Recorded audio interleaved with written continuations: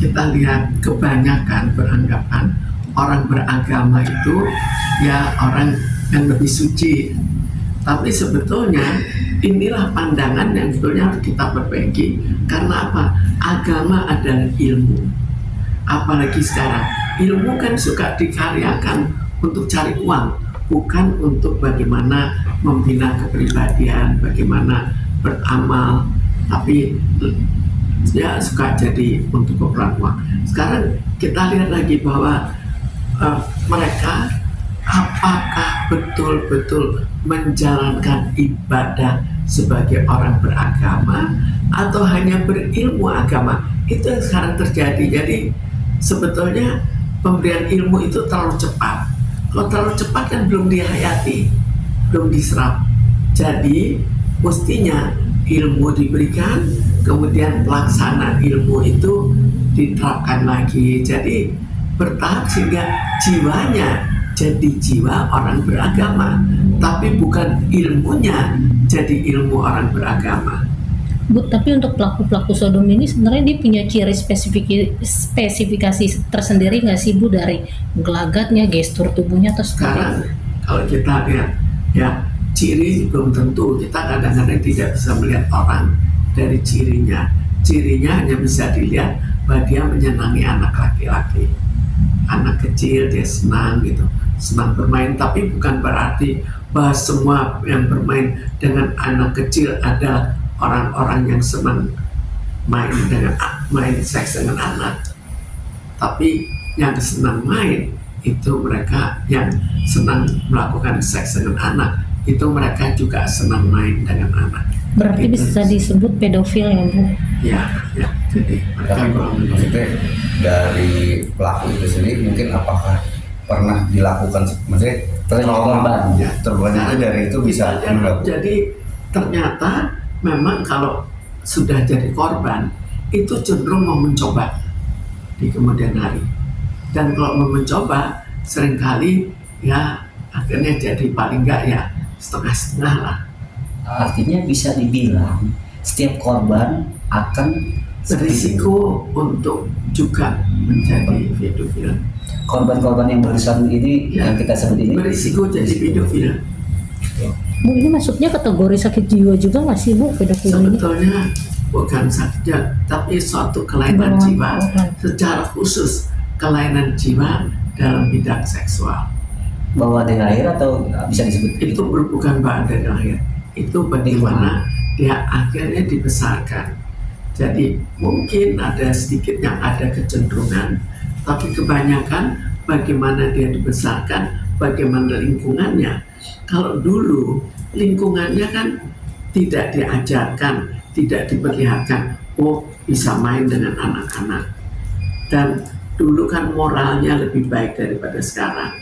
Tapi sekarang moral itu kan sudah mulai hilang. Jadi orang itu hanya melihat kenikmatan, lalu juga ingin mencoba, akhirnya mungkin ada yang kesenangan, dilanjutkan.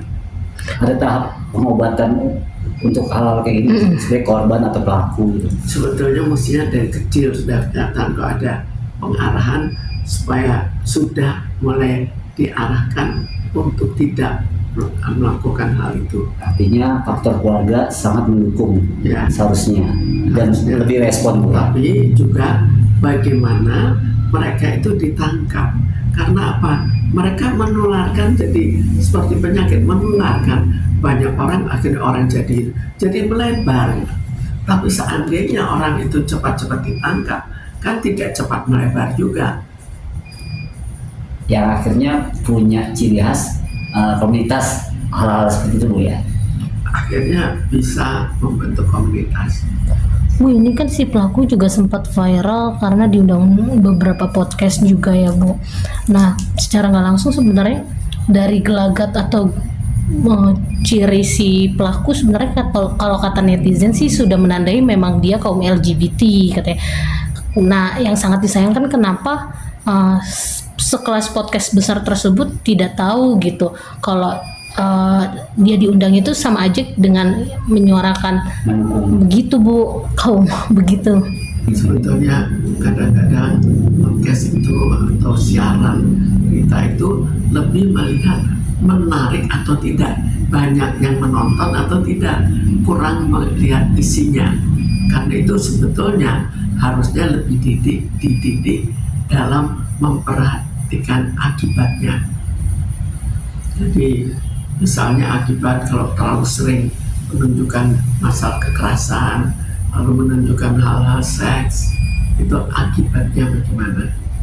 Bu, dengan menyuarakan untuk si pelaku dihukum seberat-beratnya, terus tapi yang satunya lagi tuh kabur Bu, melarikan diri.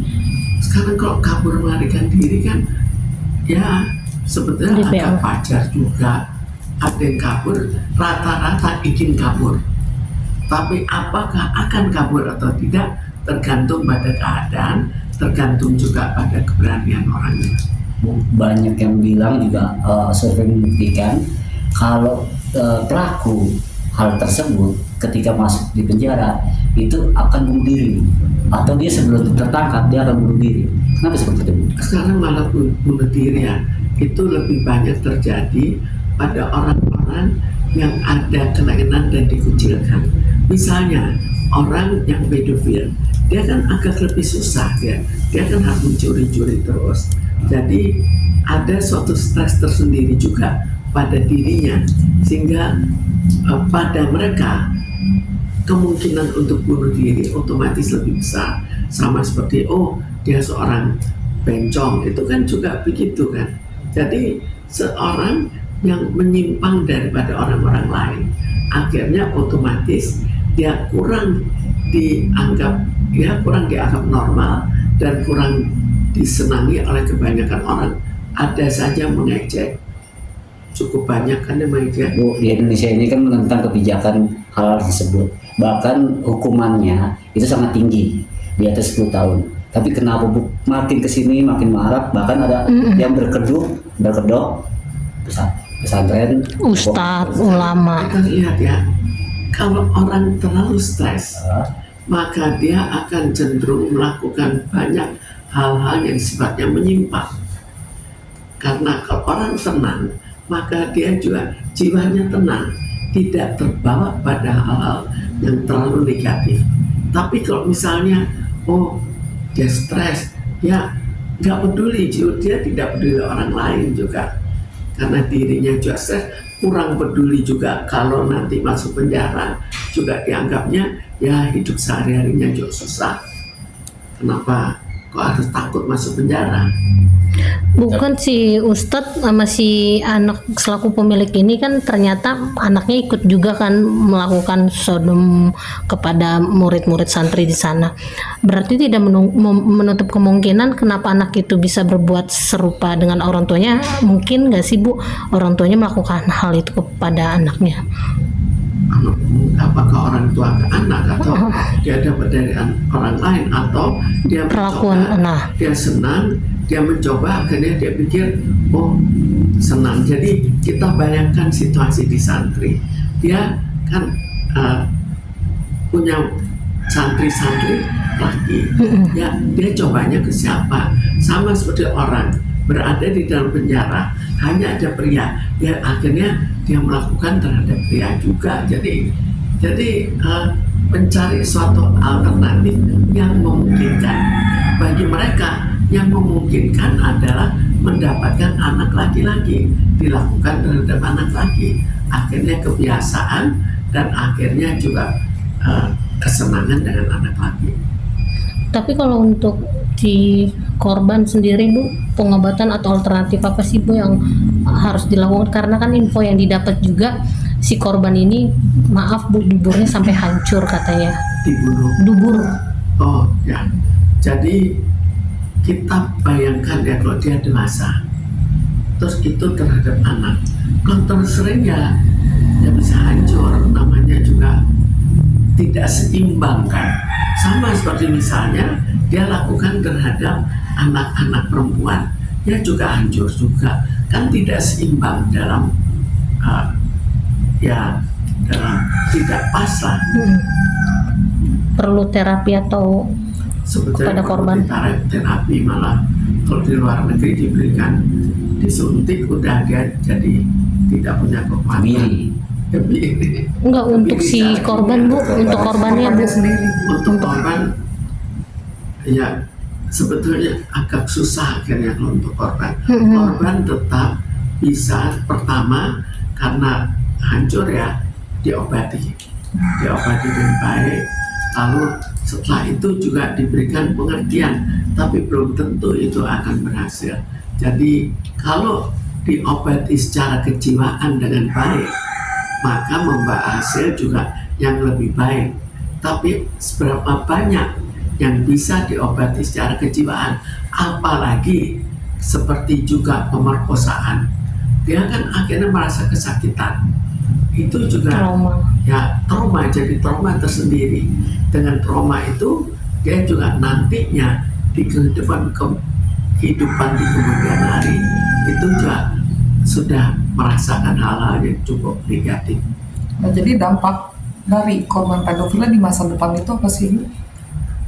Ya, Biasanya dampaknya mereka juga akhirnya ingin mencoba yang sama juga, karena mereka terbiasa melihatnya begitu. Orang dewasa juga sama juga, diajarkan kalau laki harus dengan perempuan, perempuan harus laki. Jadi itu kan diajarkan, ini diajarkannya ya laki dengan laki. Jadi terekam ya Bu di memori. Ya akhirnya ya bukan terekam tapi mengikuti.